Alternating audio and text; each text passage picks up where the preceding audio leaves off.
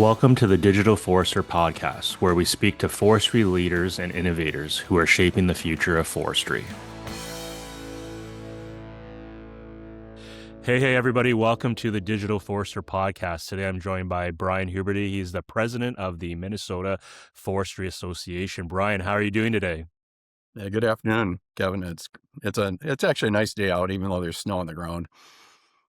Right? Snow, you got it too. So for our listeners, it's tradition on this podcast. I always ask our guests, where are we reaching you?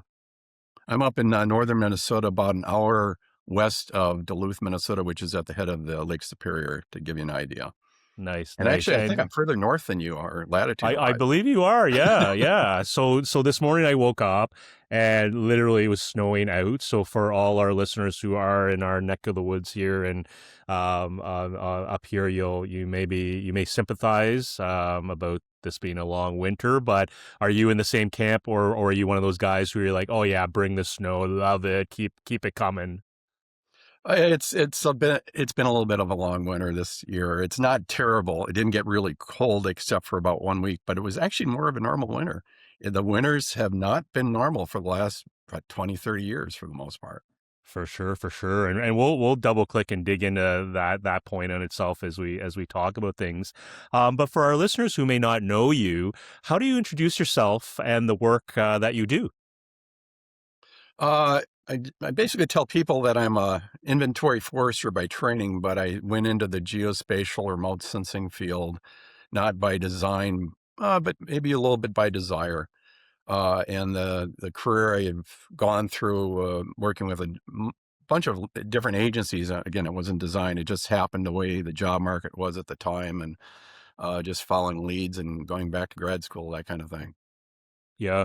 Yeah. And I know in our pre-planning for this podcast, we exchanged a couple emails, and you actually sent an email back with a photo, as it's referenced by an iTech camera, which I don't even know what an iTech camera is, but it's a last horizon panoramic picture of the moon from Apollo 17. So given Artemis 2 up there, 3 Americans, 1 Canadian, doing a little loop around.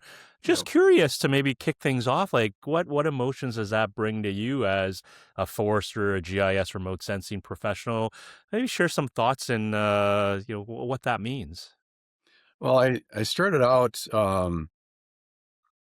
in the Apollo generation, growing up with, the landing on the moon and so forth. So it's been 50 years. It's been way too long to get to this point. And honestly, I forgot I even had the photo. I had to store it away. It was framed, and it was given to me by, from my standpoint, a good friend of mine who worked for iTech. He was the guy that developed the panoramic cameras that basically spied on the Soviet Union back in the 60s.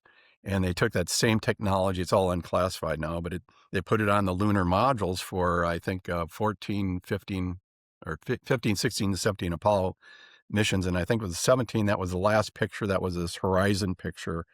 And it's very similar to the picture in my background, which the audience can't see, which is also a panoramic picture of the later classified system called Hexagon. And this just happened to be taken where I grew up in Wilmer, Minnesota, which is 100 miles west of the Twin Cities, and which is on this side, on my right side.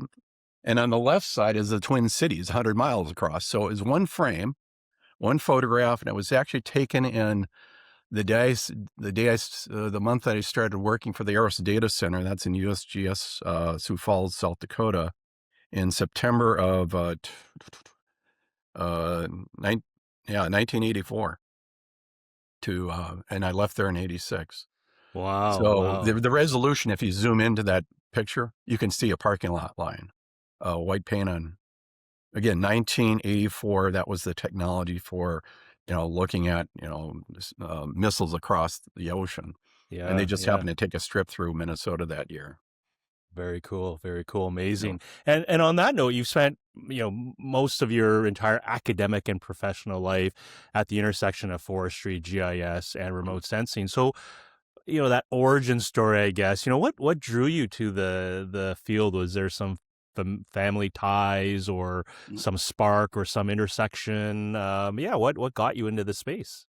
the spark was likely a color infrared aerial photograph that I had shown to me while we were doing a hike in scouting, of all places. And that, along with the Apollo, as well as I got my license for flying airplanes, private pilot's license in high school. So I think the combination of those three is what drove me towards the remote sensing side, along with forestry. Yeah, and I guess when you think about that, very, very cool in terms of that generational gap. It's not often, you hear reference of Apollo and thinking of people who are thinking in that way during that time. But was there a defining moment maybe early on, that cemented this path forward aside from the examples you've given already? Did it need some coalescing, or was it kind of like, yeah, this is my jam. I'm going forward in this direction? Well, I think it was probably during the undergraduate program at the University of Minnesota. We had a very small class. Merle Meyer was the professor at the time. He was old school aerial photographer slash forester slash professor, but his background was actually flying tigers in China during World War II. And he taught a great aerial photo interpretation course. And there was an actual course where you go up with a small aircraft and go take aerial photographs. So was really what pushed me in that direction. And then in my, your probably follow-up questions, well, how did you go through your career? So it started out with those academic programs along with the digital side, which was remote sensing. And that was Dr. Tom Lillison at the University of Minnesota in the early 80s. So after graduation, I ended up with the Minnesota DNR doing forest inventory for a couple of years, actually using aerial photography to basically figure out species size and densities from samples as we would track through these forest sand types up in northern Minnesota. So it was connecting that film to the ground to sort of interpret what's going on the landscape. And it was a great education regardless. Yeah, yeah, and so I'm dying to know. It's like when you still have the old, I call it old school gear since I grew up in the digital photogrammetry space or time, but you still have some of that old equipment. And when you show it to maybe some younger folks, what's their reaction to seeing that?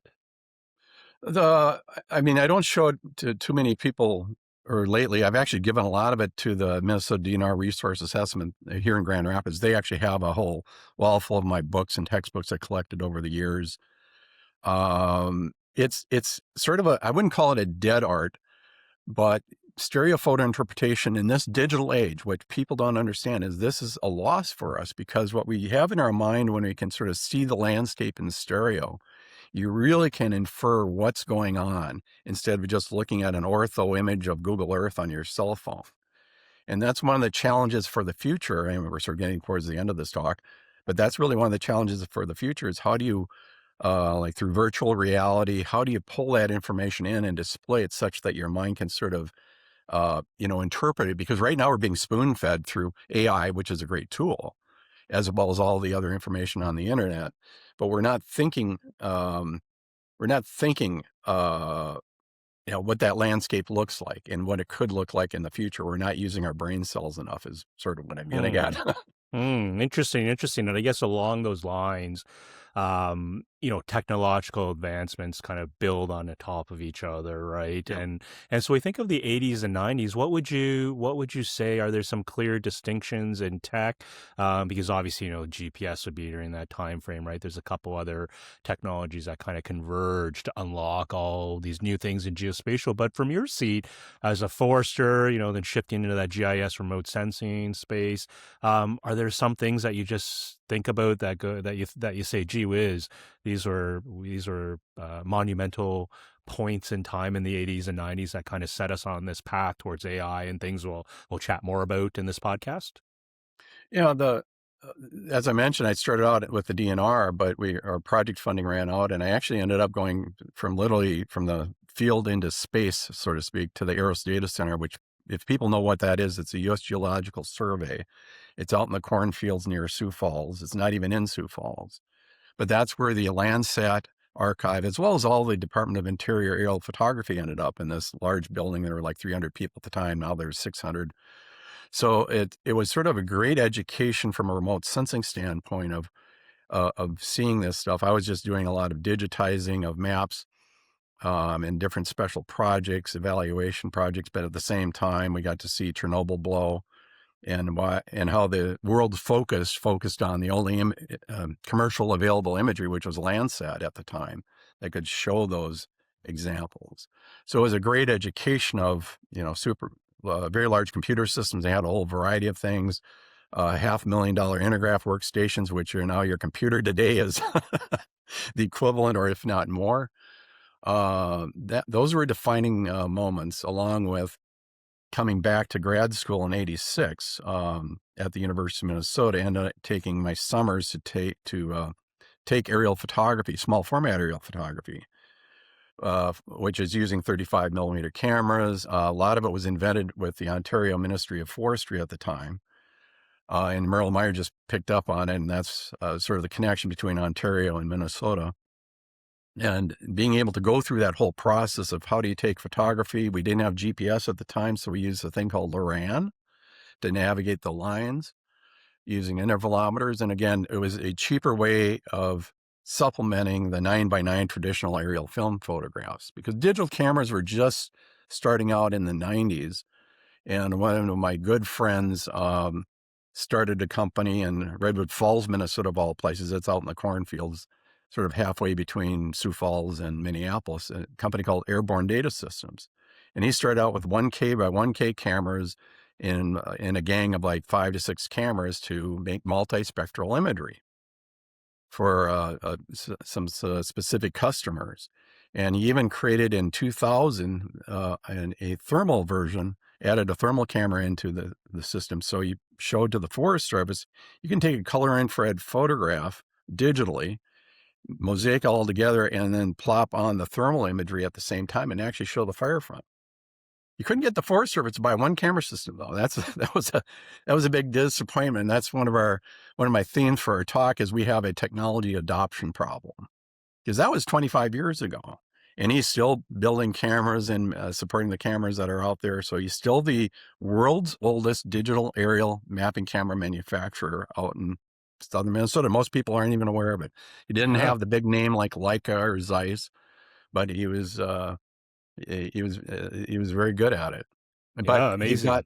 he learned his craft in Vietnam because he was with an OB-1 Mohawk reconnaissance group. That Yeah. was his connection. Very cool, very cool. And yeah, definitely we'll talk more about technology adoption Yeah. and your thoughts on that. But I'm just curious, and part of the podcast, I know we have our notes, right, and we prep, but we'll zigzag here or there wherever we want to go. I'm just curious, two rapid fire questions from the side, I guess, as you were talking, it made me think, when we think about the Landsat program, thinking back on your career and journey, like what Landsat is today, the archive, the satellite systems, like in your wildest dreams, did you forecast this going into the future, being involved in the early days, using it, seeing things grow? Could you, in your wildest dreams or imagination, see the current state we're at now in terms of how folks are using the archives and doing things? Is that something that when you think back, go like, yeah, I could have seen that company, or are you a bit surprised, going like, wow, it's like that really took off? Well, in the '90s, early '90s, I was working for the Forest Service National Remote Sensing Program, and we were one of the early users of GPS. And at that time, I could envision GPS being put in aircraft and watches and so forth. And as time would come along, it would improve things. What really disappointed me is how long it took.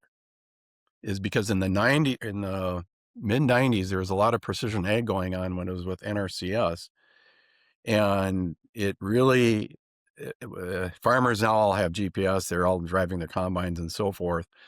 But it really took a lot longer than I thought it would to get to that point. On the camera side, um, I'm not surprised it's taken as long. People assumed digital was dead back in the '80s, and it wasn't. Well, I shouldn't say digital was dead. Analog film was dead, but it really wasn't until probably the early 2000s, when the cameras, the chips themselves were the limiting factor, the CCDs. They were like 1K by 1K in the '90s, and then now we're up to, I don't know, 1560 or 50 megabit pixels or whatever it is. I'm not even keeping track.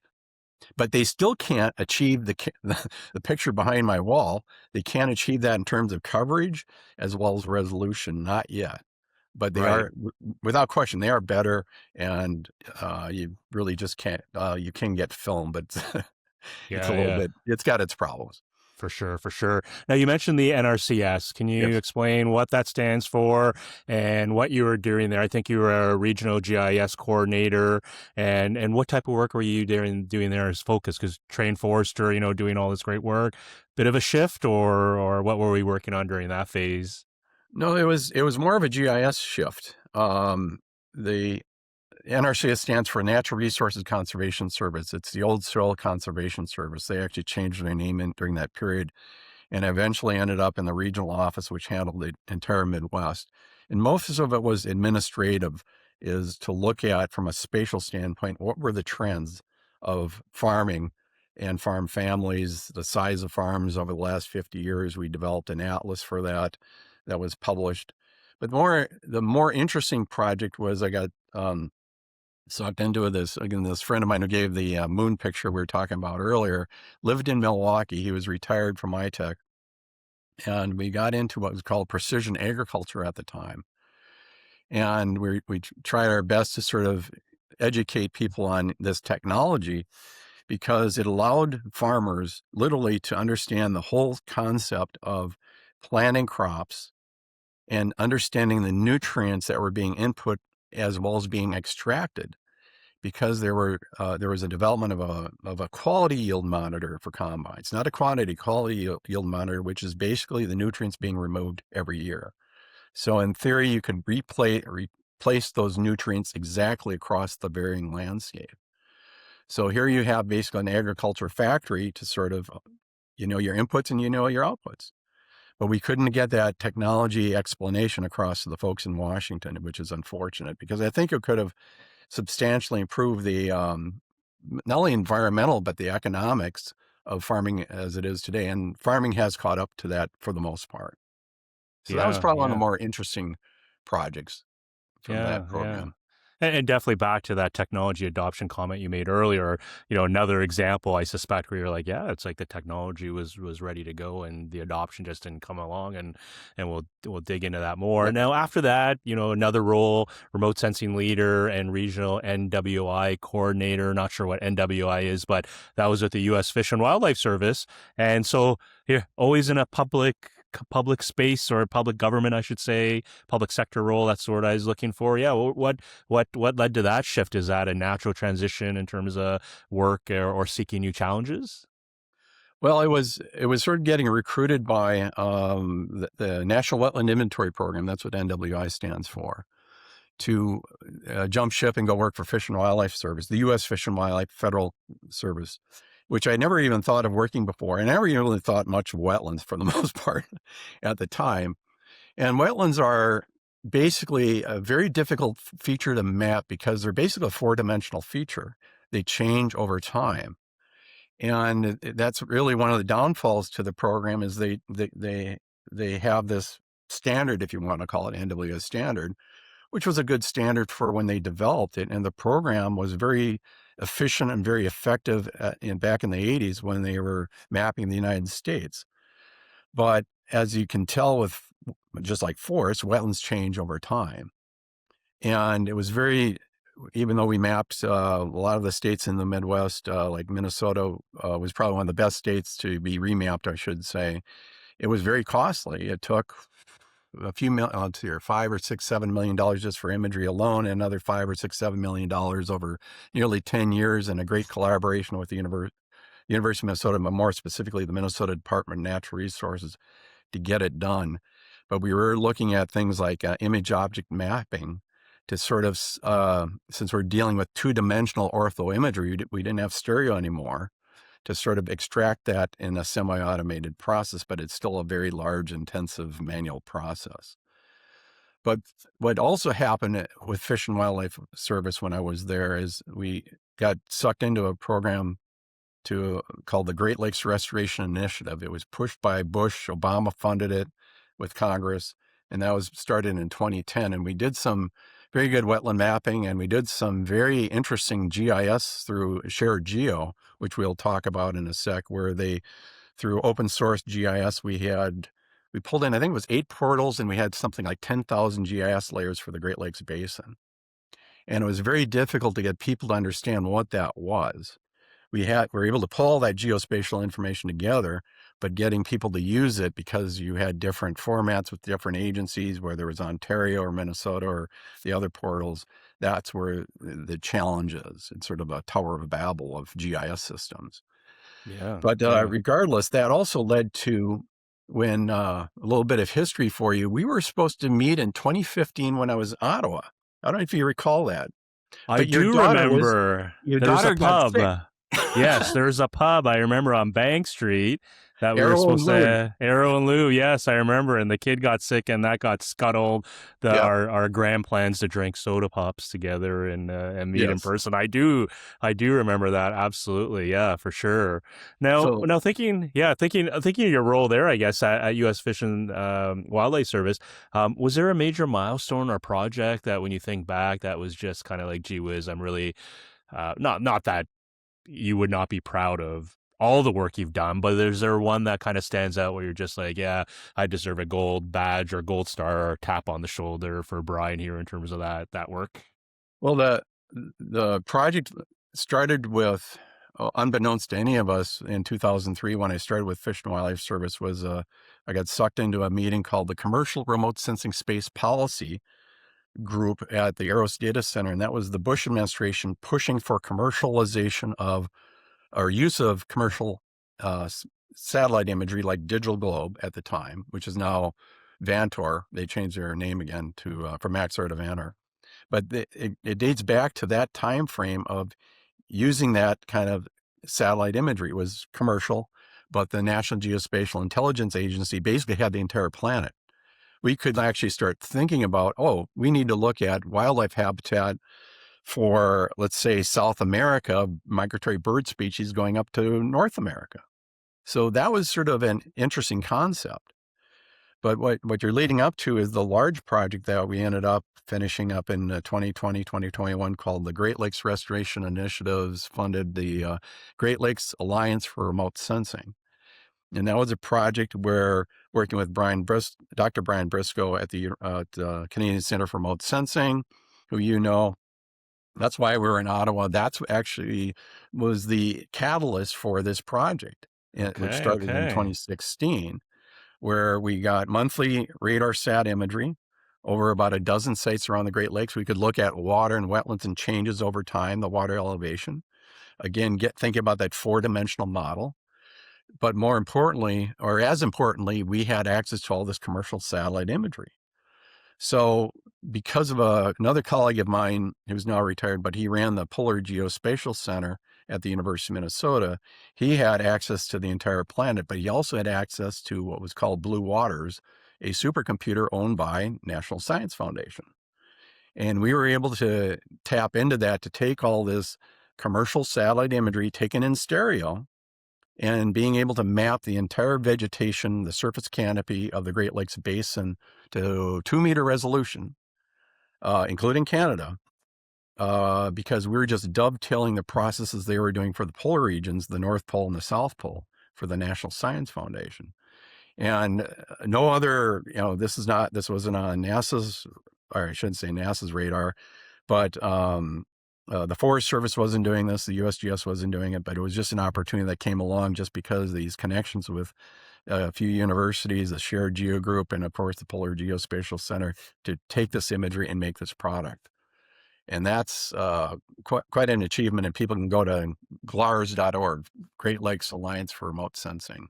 Yeah, .org, and they can, yep, glars.org. Yeah, for thank you. sure. I have a set of questions. I'm not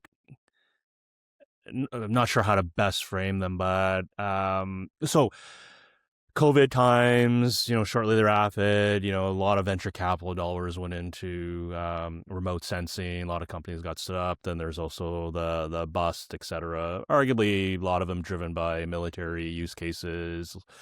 When we think about forestry and remote sensing, how would you describe the state of the union, if you will? Have we achieved the success or the promise that has always been there, where we've said we can do all these things, or do you think that there's still ways to go in terms of unlocking the full power of remote sensing in the context of forestry and maybe forest science? What are your thoughts on that?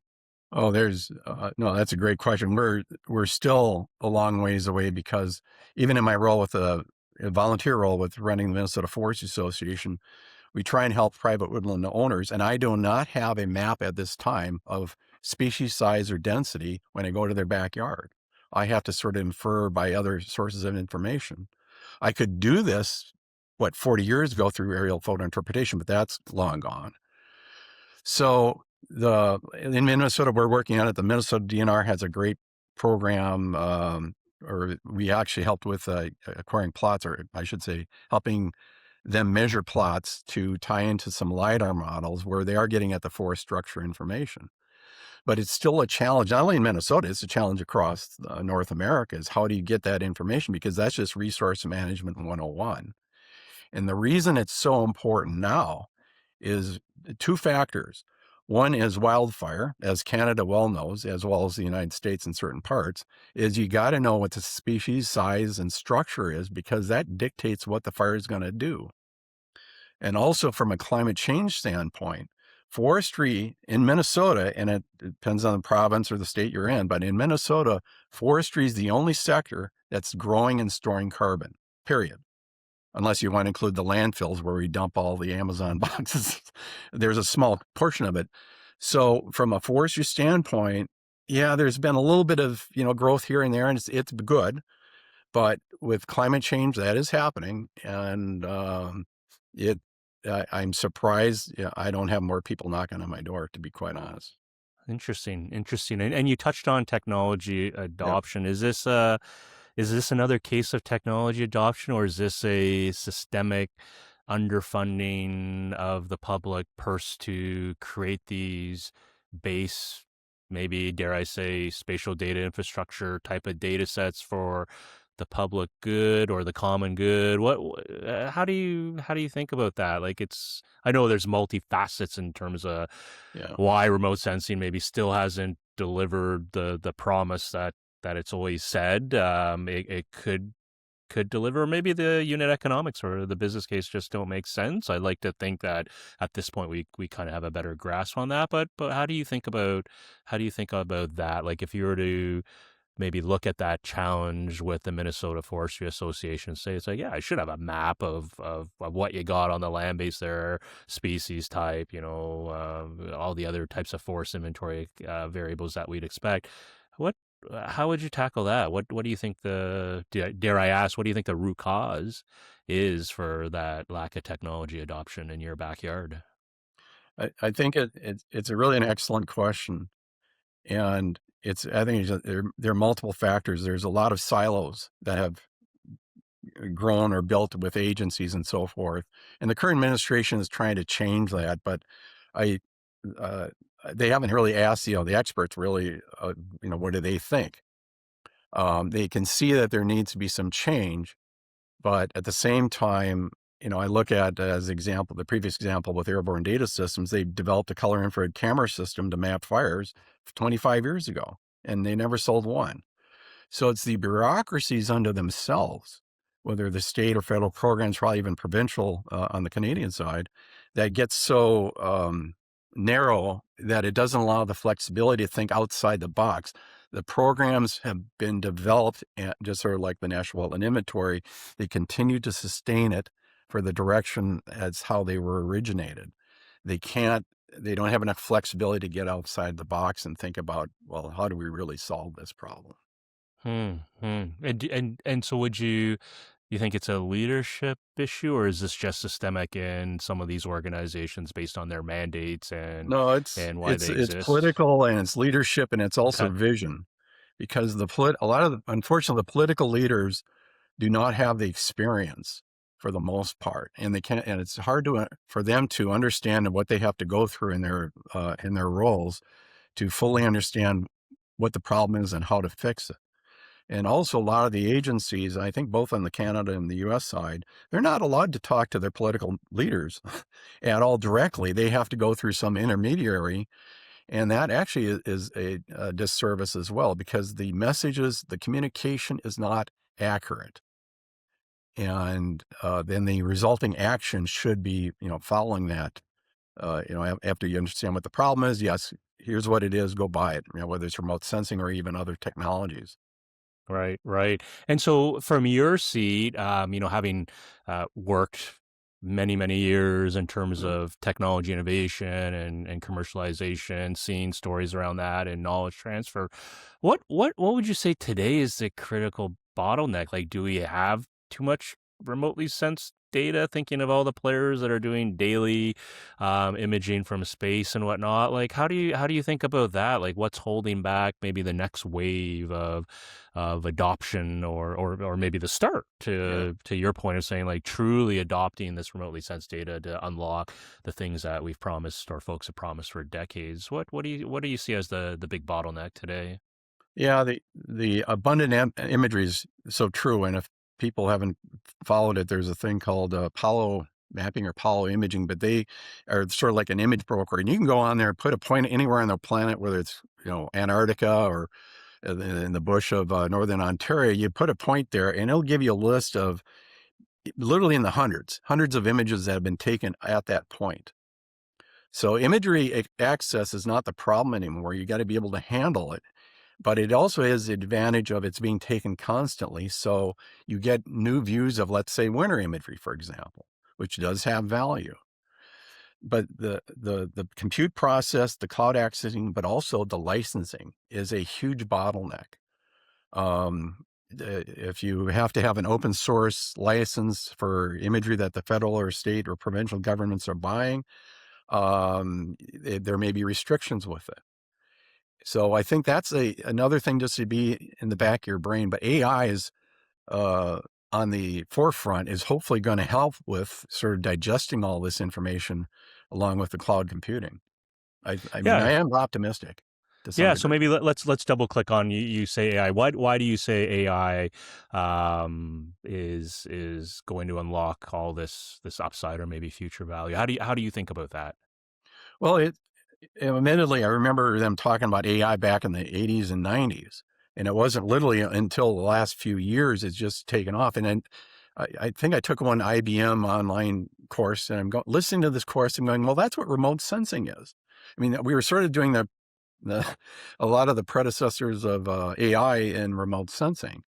But the other light bulb that didn't click on was, why did NVIDIA become this huge company? And it had to do with parallel processing.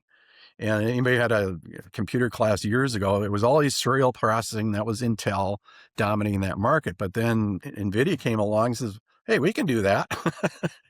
And that's why they've been able to do it at scale and just blow by Intel and be able to process all this imagery, information, I should say, not just imagery, information across the planet. It's really mind boggling. But again, the principle of garbage in, garbage out still remains with AI. It's not intelligent. It's just a lot of data. Yeah. Well, it's funny you mentioned the remote sensing, right? I think back to classes, right, where you're doing supervised classification or Yeah. unsupervised classification, right? And now you hear about people, oh, I've got to train the model with data and stuff. And yeah, definitely, neural networks and computer science Yeah. classes. And even to your point, I know you'll remember these the silicon graphic machines that were all fancy, right? Maybe you'll find one in a garage somewhere. And while they were like world class technology, then certainly pales to comparison today. So when we think about technology, maybe I'll pull you into that realm, and we got drones, we got AI, we've got uh, you know small satellites, Dove satellites going up. We got hyperspectral sensors. I joke it's almost like every 10 years there's this like radar conversation that comes back that piques some new people's interest, and then they actually read the science and understand what you can and cannot do with radar. It's almost cyclical, I guess, from that point of view. But instead of maybe targeting what is the coolest or the best technology, what's the most underrepresented technology that's available today that you think maybe aren't getting their street creds or kudos right now? Is there one that you're just like, yeah, it's like it's pervasive, it's like not talked about, but it's so instrumental to our space, our world of geospatial? Oh yeah, that can go in a zillion different ways. Everybody loves drones, and I used to have one. I got rid of a number of years ago. But people don't understand, and I didn't know this until about 10 years ago. The US Army had mapping drones, film mapping drones in the 1950s that were operational over West Germany. And that was from a friend of the family who I met, who I've known for like 30 years. I knew he dealt with drones. I thought they were target drones. I got to see his photo album. And again, this is a classic, you know, retired Army captain or, colonel. And it's like, you've been holding out on me. And his little younger brother actually became General Pat Halloran, who I was introduced as Uncle Pat. And he ended up being General Pat Halloran, who ran the SR-71 U-2 program for the Air Force. And this all came out of Minnesota. So the technology of all these platforms are fantastic, but it all emanated from the military. And their driving force is of course protection, trying to understand that or make sure there's not like another Pearl Harbor. So that's why these programs to sort of understand what the planet is and what's happening across the planet is so important. So that's probably and that will always continue, going forward. And then the question is, how does that translate to the civilian applications going forward? So drones are there. I talked a little bit about radar. Our good friend Brian Briscoe, who's now passed away, but I don't want to get into that, how I know Brian's story and so forth, but I got exposed to NASA's AirSAR in the late 80s, which was this multi-band radar airplane that flew over my graduate or master's program up in northern Minnesota where the Mississippi River starts. It's called Itasca State Park. And I looked at these color printouts going, I can tell these old growth red pines from the young growth red pines on that image, just visually. It's like, oh, that's going to be useful when it comes out, in the next 10 years. Well, 30, 40 years later, it's still not there. We don't have any multi-band radar systems. And I think that's a long-term technology that you just have to get the right people. It's a lot more complex to really understand how to dive into. And that's where I learned a lot from Brian about its use with water and wetlands and looking at water elevation changes over time. It's a great measuring tool. It does it very well with water changes, water saturation. In forestry, I think there's some applications, but there just hasn't been a lot of emphasis with it. And LiDAR, of course, as you know, is getting better, but it's not being funded like for an annual cycle, because if you're dealing with forestry, you really need to be flying this like every 5 years, because guess what? Trees grow. And for provinces like, Ontario, that'd be a chunk of change.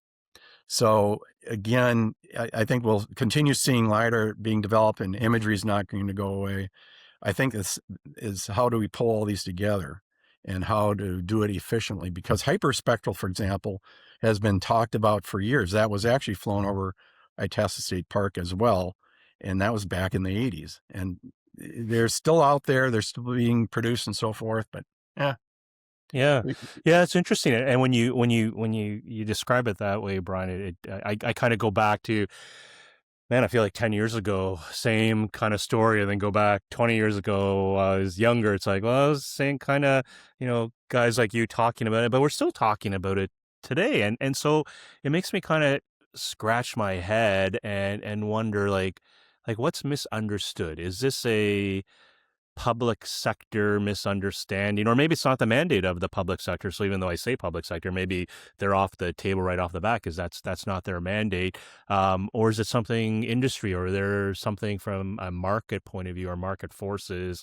Is there missing an ROI of some kind? I feel like surely at this day and age when we're talking about super intelligence and all things AI, that surely this concept of, the importance of data to drive these different scenarios or to solve these different problems, like surely we can figure that out. But I guess from your seat and looking back on your experiences to date and maybe future casting, what is it that are we missing something? But like what is misunderstood? What do we need people to really understand so that we can get to that point where maybe we have national programs, right, that are flying every couple years. But again, of course, then you're going to have the people who say, well, I'm in agriculture, Brian, like what you're collecting doesn't meet my needs. And in forestry, oh, you're going leaf off. No, that doesn't meet my needs, etc. Then maybe we're back to the situation we're in now. But what are your thoughts on that? Like, what are we missing? If we said, all right, Brian Huberty for president of the United States of America, and he's going to No, launch this new remote sensing national no. program.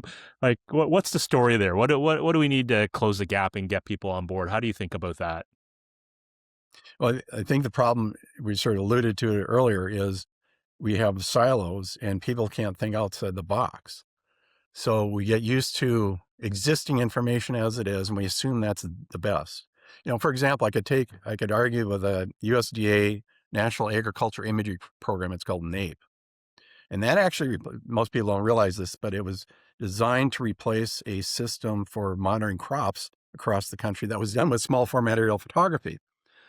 For many decades, started in the 1970s. I actually took someone who was out in the northwest of Oregon and Washington. So NAPE was created, and they could fly the imagery in the summer, and they would use it for, crop monitoring. Well, it's the middle of summer. You can tell maybe barely soybeans versus corn. For forestry, it's not that useful, but everybody gloms onto it because it's the only thing that's out there and being funded to take imagery. So I think it's our institutional problems that we're not asking for the products we need. And I'll give you another good example of this. When I was with Fish and Wildlife Service, I was sort of appointed to create what was called the response from the Fish and Wildlife Service National Satellite Needs Working Group. This is like 10 years ago or so. And they said, ask the basic question. It was being directed by Congress to NASA, find out what we need to invest in the future. And I basically said, our requirements for monitoring migratory birds, for example, from one pole to the other, is the entire planet. We need to understand at resolution, better than 1 meter, even in many cases, along with thermal to identify the critters or see where the critters are. You could throw in radar for water level changes. It was really everything, everything but the kitchen sink. And of course, NASA looks at it and says, no, we can't do that. We got an ESAR coming along here. We'll solve your problem with that, which they finally got launched this past year. And they're getting finally some good L-band data sets. But again, I think it's part of our political system of how do we address our problems and how do we solve them. Right. And I think it's the same on both sides of the border, to be quite frank. Yeah. Yeah, for sure. So maybe we need the Elon of remote sensing to come in and set that vision and have the bank to drive things forward.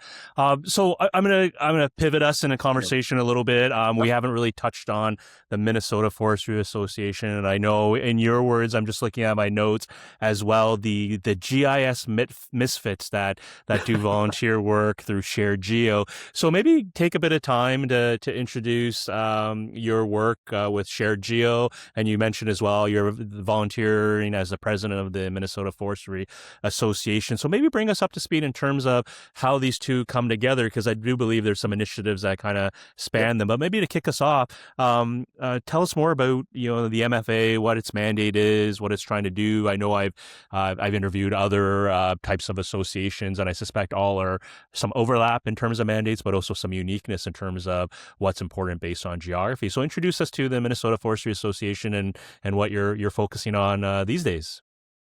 Yeah. So the Minnesota Forestry Association is the oldest association in Minnesota. It dates back 150 years. And it was started, and I didn't get clued into this until I was looking at the history last year, because we had our banquet a month or so ago at St. John's University. And it was really interesting learning that early history of why. And there was a little note that I saw on some scanned records that said, "Oh, we're going to donate $5 a year, no, $50 a year to the Minnesota Forest Association by Delano, who created one of the railroads that came through Minnesota for 5 years." So it's like, but he said, "You got to go plant trees in the prairie." And I'm going, "What's this about? Planting trees in the prairie?" And I had to do a little digging. I knew it had something to do with the Land Grant Act. That's where all the Europeans came over to go farm the Midwest. But in 1873, they passed something called the Timber Culture Act, and that was to promote tree planting on the prairies, because the assumption was, oh, if you plant trees, it'll have more, gather more water and so forth. So there was very big push by the railroads to get that done, because it allowed the immigrants to get more land farming products, and it would be shipped by railroad and they'd make more money. So that was the start of the whole, organization. And we had 5 governors, at least 5 governors in the first 2 years sign up to be members. 2 were territorial governors. One was the current governor, Pillsbury, as in Pillsbury Doughboy. And then 2 others after that. There were other industry leaders. So it was really an economic development and conservation realization that we have these forests. We should really maintain them. Yes, we want to go tree planting on the prairie, but we want to make sure we develop this, area right, because I think a lot of the Europeans came over from like Germany, for example, and they saw what happened with their forests with, centuries of warfare. So the organization basically survived all the way up until the stock market crash in the 1930s. It went dormant through World War II. But then there was a little record that they did have a meeting in 1948, and they were going to revive the organization. But I think I haven't found any more records past that, other than the Minnesota Tree Farm System was established, and maybe that took the wind out of its sails and they took the role of forest management. But the organization was very proactive. They funded an exhibit at the Chicago World's Fair. They paid for the first 10,000 textbooks by Samuel Green, Dr. Samuel Green. This is like 1890 something. And they sent them to like 14 different colleges and universities across at least the United States, maybe even Canada too. They also produced a map, which I just printed out over here, of a statewide map of Minnesota in 1917 to promote tourism, which shows all the canoes, the auto trails, and the lakes, statewide map, all just to promote tourism for the state. So it was very proactive. And then it was resurrected in the late 1970s to help private woodland owners. And private woodland owners in the state comprise of about half the forest cover land in the state. It's more than the state owns, more than what the federal agencies own, like the Superior Chippewa National Forest. So it provides a vehicle. And in the mid 90s, we got a nice grant, a $500,000 grant from a gal out of Duluth, and we don't know why she donated to us, but we've been basically living off the interest to pay the part-time bookkeepers. We're not financially strapped. If you say, if you don't pay your membership dues, you're going to go away or anything. So we're pretty good from that standpoint. But looking into the future, as I mentioned, forestry is the key source. So if we have half the carbon, we got to be cognizant of these other climate change potentials. We could have a major fire come through. The other 800-pound gorilla is what's called synthetic aviation fuels, or SAF. And that's the jet fuel replacement for fossil fuels made from biomass of some sort. And trees are half carbon. So if that refinery process works, and it does work, but can it work at scale, we're going to see more pressures on all of our forests across North America to feed that massive jet fuel thirst, because Delta Airlines, for example, goes through 4 billion gallons a year. And SAF fuels globally, they're estimating 150 million gallons have been produced. And that's it per year. So that's on the horizon. And again, it's a challenge of most of the members are retired. So they're senior age, and a lot of them don't have emails.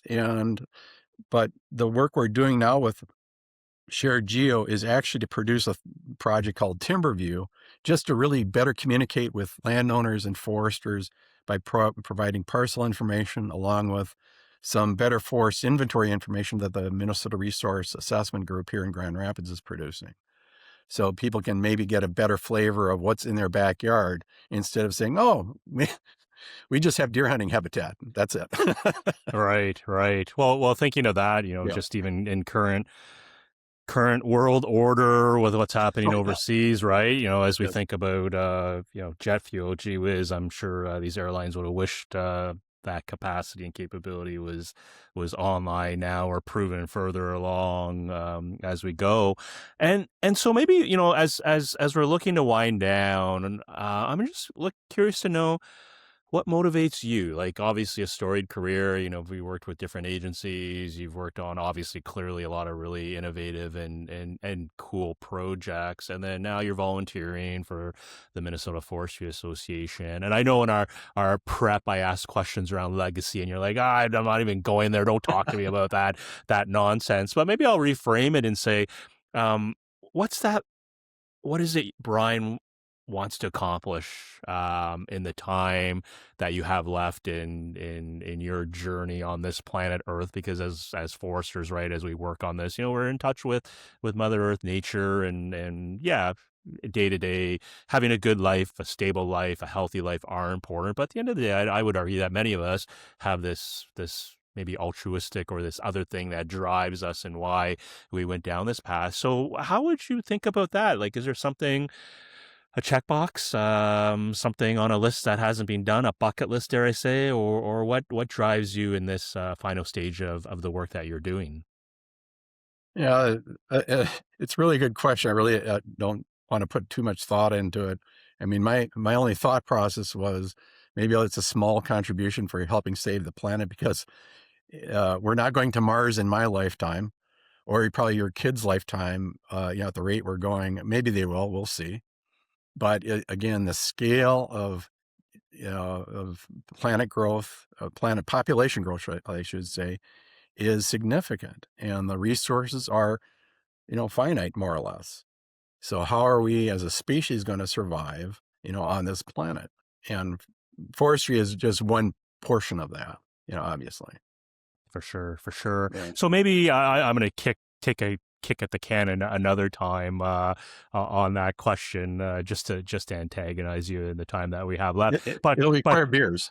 yeah, that's true. That's true. We'll have to set up another meetup. But Brian meets younger Brian and at the pub, Kevin brings younger Brian along and says, "Hey, Brian, senior Brian, meet junior Brian here." Um, what advice would you give that young up and coming Brian, or maybe to generalize it, that young up and coming Forester? Are there things that when you think back, you're like, "Gee whiz, yeah, these are gems that everyone should know. These are pearls of wisdom everyone should have as they go forward." Anything pop to mind? Yeah, the one course that is not in everybody's most forestry courses, and I took mine just purely by accident because I was interested in it, is glacial geology. I did not understand climate until taking that course. Um, it was sort of an eye opener because, and again, this is back in the late '80s when I took it, and in the '90s, a little more than a decade later, they're talking about Arctic ice minimums in the Arctic. And I kept, that came on the nightly news. I think it was NBC at the time. And I thought, that's not good. We shouldn't be seeing that kind of change this quickly. And when I think about the weather changes for the last 50 years, it's happening. And if people don't realize it or don't want to understand it, I'll just suggest go to Duluth in January, go stand on the shore of Lake Superior, and please tell me why that lake does not freeze over anymore for like the last 15 years. A couple times it did freeze, but it has shifted from freezing over annually to freezing over once every 10 years or so. So it's a climate change class. But anybody else coming along, I'd say, go take a drone class if you can. Go through the process of taking imagery and processing and so forth, and then apply that with like aerial photography or satellite imagery or any other sensor to understand what the landscape looks like. But also start diving into cloud computing and how all that works, because that's above my pay grade. Right, It's right. but it's essential. For sure, for sure. Yeah. So as we look to wind down, for folks who want to chat more and discover more about maybe folks local in Minnesota or even the surrounding regions that want to learn more about or maybe collaborate with the Minnesota Forestry Association, what's the best way for folks to get a hold of you? Is it by email, LinkedIn, website? What's the best way? The best way is, well, the website, which is minnesotaforestry.org. And on there, you'll see my email, which is president@minnesotaforestry.org. It's that simple. That's simple. I Very am on good. LinkedIn, but yeah, I, I check it maybe once every 3 weeks. Facebook, I despise Yeah. Yeah. with a Yeah. passion. Yeah, you don't strike me as a guy lying there on the sofa, doom scrolling on one of these social media apps up and down on Reels or TikTok or anything like that. So yeah, for sure. Well, hey, I really appreciate you joining, and as you said, finally we get to connect Yeah. in a conversation long overdue, many years overdue for that matter. But definitely appreciate your time, and then yeah, wishing you all the best. And to your point, look forward to seeing you in real life or IRL, so we can have a soda pop together and catch up some more. So Brian, thanks so much for your time. Appreciate it. Thanks. Take care.